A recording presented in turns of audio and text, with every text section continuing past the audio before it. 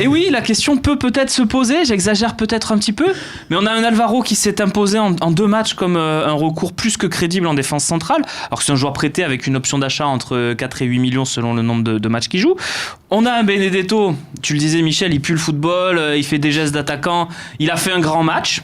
Bon match, on va pas non plus... on attend confirmation, donc, mais... Voilà. Est-ce que finalement, on a pu recruter que 2 joueurs, mais... 3. Pourquoi 3 ? Mandanda.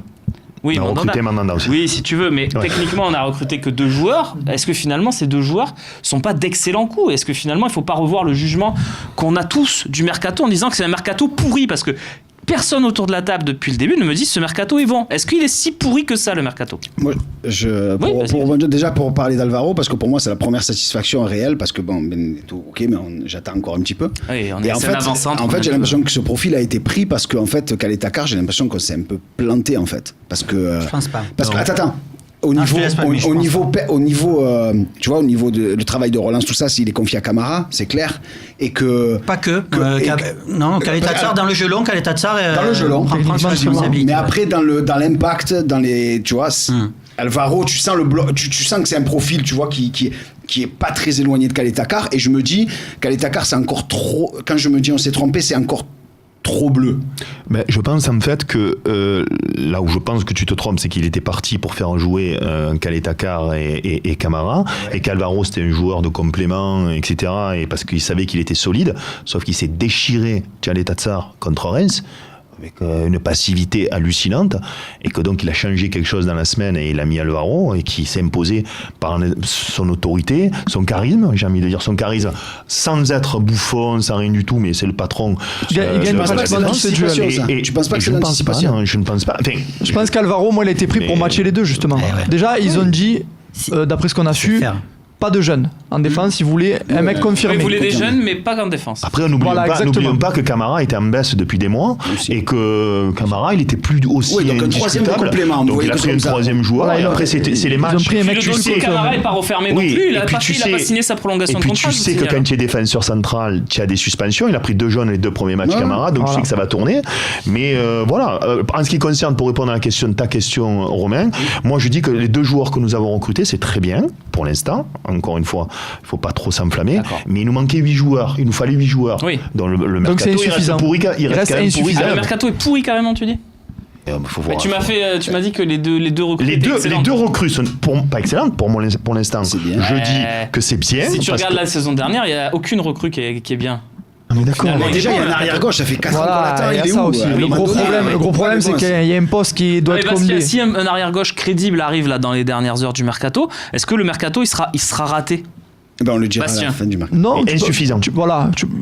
Moi je dirais insuffisant, inachevé, ce que tu veux qui te laisse espérer encore autre chose. C'est quoi qui manque ? C'est une vente ? C'est quoi déjà un joueur offensif quand même. Un autre sur les côtés, on a perdu quand même Balotelli. On a perdu NJ. Ocampos, tu as Thauvin qui est blessé. Là, tu as les options, c'est Radonjic et Sarr.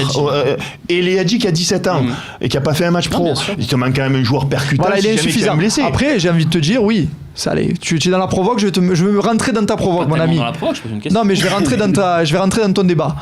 C'est vrai qu'il vaut mieux recruter 3 bons joueurs que 6 joueurs médiocres. Oui, c'est vrai. Donc, et peut-être qu'avec ces 3 bons joueurs, qu'avec un nouveau coach, il peut y avoir une dynamique très positive. Exactement. Une dynamique très positive et tout. Peut-être.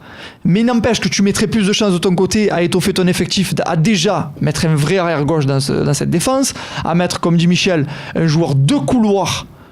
Et pourquoi pas un gaucher, parce qu'on manque de gaucher. Voilà. Mais après, on fait ce qu'on peut avec ce qu'on a, et ce qu'on a surtout avec ce qu'on n'a pas, quoi. Okay. Après, imaginons quand même imagine qu'on perde Luis Gustavo et qu'on prend des gains.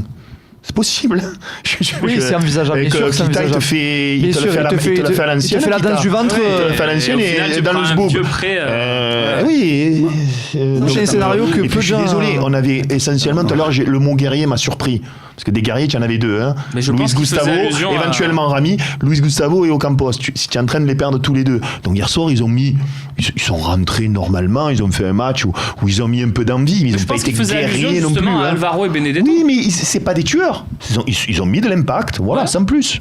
Moi, c'est Oui. pas pour faire de l'ombre au Mercato qui a bientôt, Non, mais pas du j'attends tout. plus rien en fait. C'est ça le truc, c'est que même en Rongier, je suis même pas sûr qu'on puisse le faire au final, parce que le discours, la communication en amont qu'il y a eu depuis avant que le Mercato s'ouvre, c'est on a compris, on n'a pas d'argent, on va essayer de faire comme on a. Si on peut vendre les gros salaires, en fait, c'est les gros salaires. Leur problème, c'est même pas question de faire rentrer de l'argent, c'est les gros Et salaires. c'est leur pour ça problème. qu'on vous proposait une liste avec quelques joueurs qui peuvent être prêtés, C'est parce pour ça que je me suis on va peut-être se diriger vers un départ de Gustavo et un prêt au milieu Ouais, mais de tu les terrain. payes les salaires quand même pour Oui, prêter. oui, bien Il y en sûr. a, c'est. Après, tu peux avoir un accord où où tu tu- 70 000 euros. Juste un intermède, Real PSG, Oui, ça va pas être mal c'est ça. le tirage au sort en ce moment même.